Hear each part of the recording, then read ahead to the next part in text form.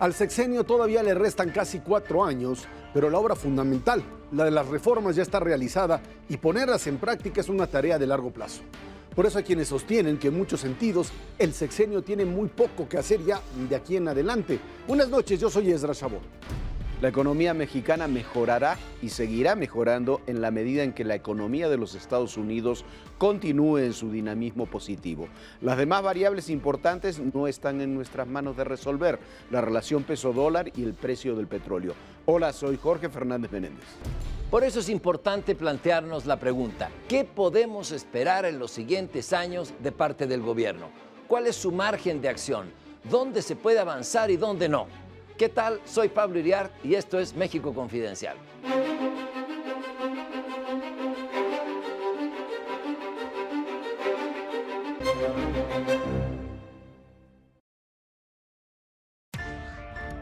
Bueno, para algunas personas, algunos analistas, el sexenio ya se acabó, pero faltan casi 4 años, 3 años y medio, un poco más, para esta administración. Y la pregunta es: ¿qué se puede esperar de estos 3 años y medio? ¿Dónde es lo posible? No lo deseable quisiéramos muchas cosas, pero ¿dónde está lo posible a la luz del estilo personal de gobernar? No, yo creo que, como tú dices, falta dar por acabado un sexenio, para bien o para mal, a mitad del sexenio. Yo creo que es una tontería.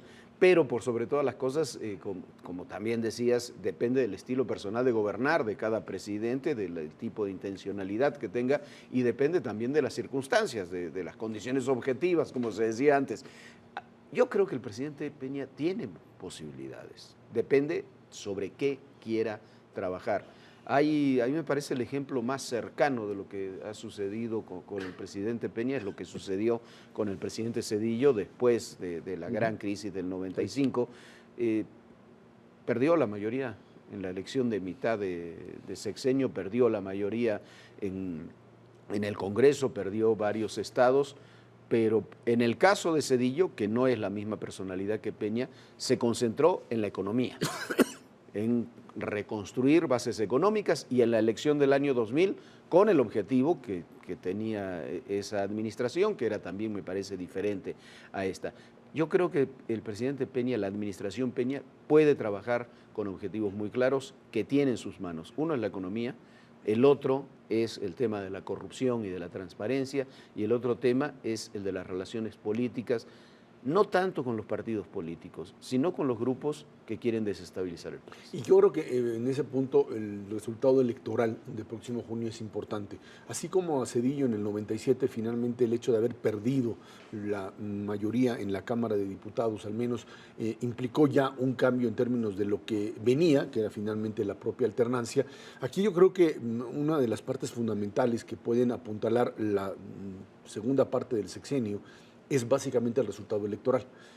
Hay quien dice, bueno, a nadie le interesa, son elecciones de intermedias, no hay mucho que hacerle, no va a cambiar mucho la correlación. Sin embargo, hay que recordar que ante lo que ha vivido en los últimos 8 o 10 meses el gobierno federal, esta idea de finalmente hablar de una victoria política le resulta fundamental para el régimen en este momento, y creo que en ese sentido queda una segunda parte que tendría que, con apoyo político, por supuesto, llevar a cabo, que es instrumentar finalmente parte de estas reformas. Hay cosas que ya son tangibles en términos de precios de electricidad, en términos del tema de la telefonía, algo que de alguna manera el gobierno tendría que manejar frente a una oposición que, después del Pacto por México y los costos que esto les ocasionó como oposición, pues van a estar intentando encontrar ese mecanismo de choque, fundamentalmente en el caso de Acción Nacional, frente al tema de la reforma hacendaria, y por lo menos lo que las encuestas muestran hasta ahora, un repunte de ese partido como parte, digamos, de la oposición ahora como tal al gobierno, ¿no? Yo creo que independientemente de los resultados del 7 de junio, el presidente tiene que empezar a preparar su sucesión.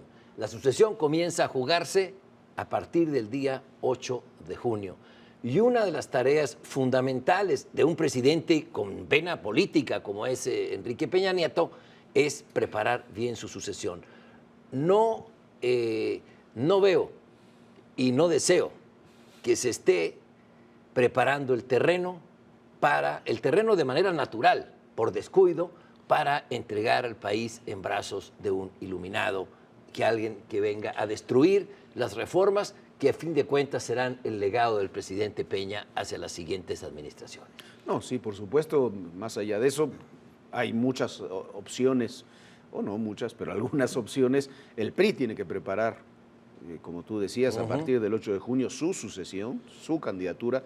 Yo no veo que hoy se esté preparando eso, no se ve un sustrato, ni siquiera como había en el pasado, ¿no? De nombres. Hay nombres, pero no se termina de ver ninguno de los nombres con perfil presidencial. Tienen que definir el PAN y el PRD también qué van a hacer, pero ¿por qué? Porque pueden ir en una candidatura única ante la posibilidad de una candidatura de Andrés Manuel López Obrador.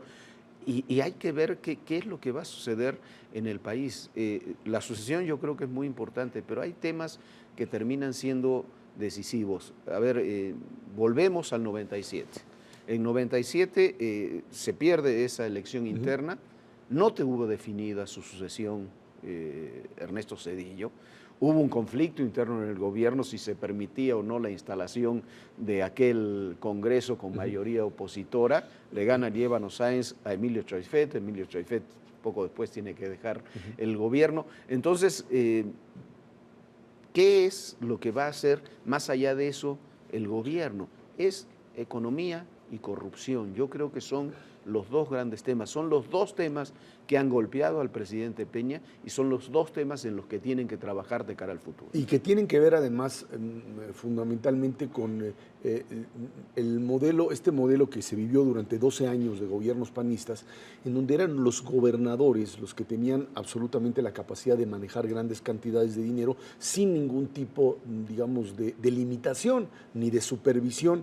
O sea, hay que recordar que todos los disparos que han lanzado fundamentalmente sobre Enrique Peña, sobre la administración de Peña, han sido a partir de eventos que se suscitaron o cuando él era gobernador, ¿sí?, o directamente, digamos, cuando se está dando la transición ya como presidente electo y alguna parte todavía al inicio del sexenio, pero digamos que tiene que ver con esta idea muy clara de que si bien es cierto que los gobernadores obtuvieron un enorme poder, se volvieron verdaderamente todopoderosos y sin ningún tipo de restricción, también es cierto que convertidos en presidentes, muchos de los flancos que les pueden doler o por donde les pueden pegar, está ligado a esa experiencia de gobernantes que no tuvieron supervisión ni contrapesos y que hoy es parte de lo que se quiere establecer como condición fundamental para ganar una elección. Yo creo que la elección del 2018 será una elección en donde estos temas, y fundamentalmente el de corrupción, transparencia, rendición de cuentas, que hagan su declaración patrimonial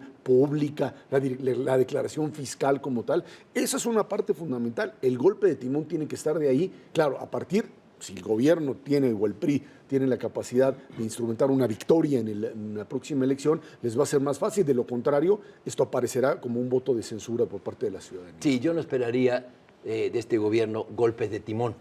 No, creo que es mucho más ortodoxo y creo que piensan que van bien. En algunos sentidos tendrán razón, en otros no.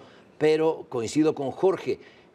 Pero para mí la tarea, la número uno, es preparar su sucesión. Después, economía y corrupción.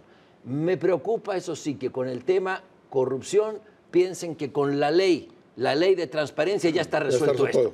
No, me parece que la ley de transparencia es un gran avance, es un avance extraordinario y es un muy buen legado, pero mientras se paseen por las calles quienes han estafado al país con la quiebra de aerolíneas, quienes han participado en crímenes tan grandes como el caso Ayotzinapa, se sigan paseando por las calles y mientras tengamos a quienes han defalcado al erario público, como es el caso de la Línea 12, paseando por las calles, poniendo candidaturas o siendo candidatos en algunos casos, a mí me parece que no va a permear este discurso anticorrupción, que la ley sola no basta. ¿Sabes qué? Yendo un poco más allá de lo que tú dices, coincidiendo en lo de la necesidad de crear un candidato, pero el candidato se va a crear, el perfil de ese candidato respecto a lo que hagas en esos otros grandes temas.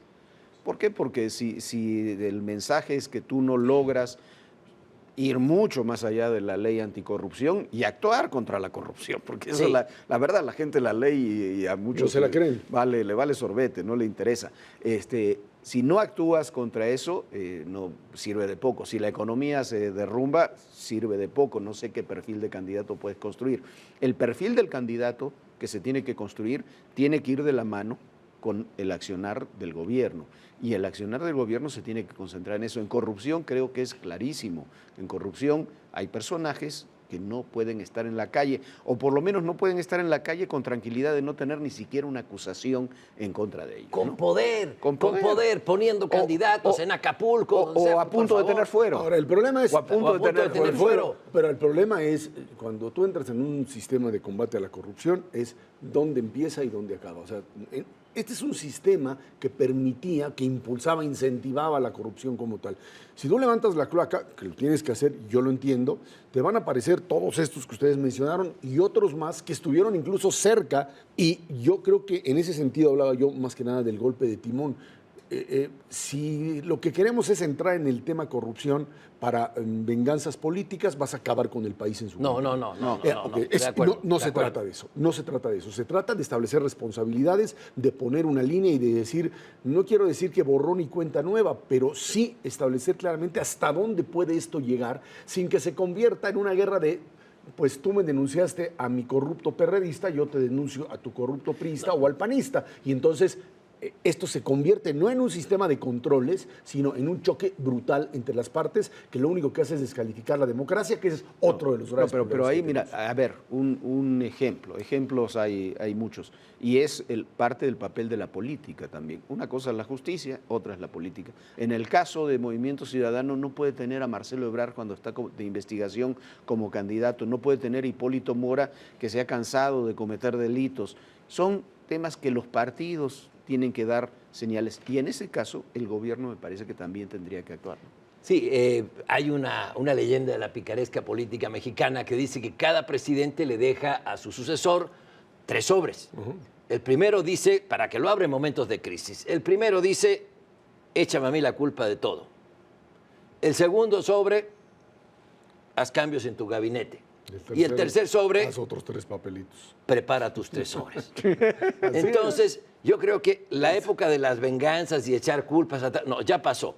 Lo que tiene que preparar el presidente en este momento es su sucesión y su legado. Su legado por parte, decía Jorge Fernández, por supuesto, se desmorona la economía, no hay sucesión, ni hay legado, ni nada. Pero la economía, creo que nadie en este sexenio, conociéndolo, va a cometer locuras, y que además las variables importantes no están en nuestras manos. Nos vamos, Ezra, Jorge, esto fue México Confidencial.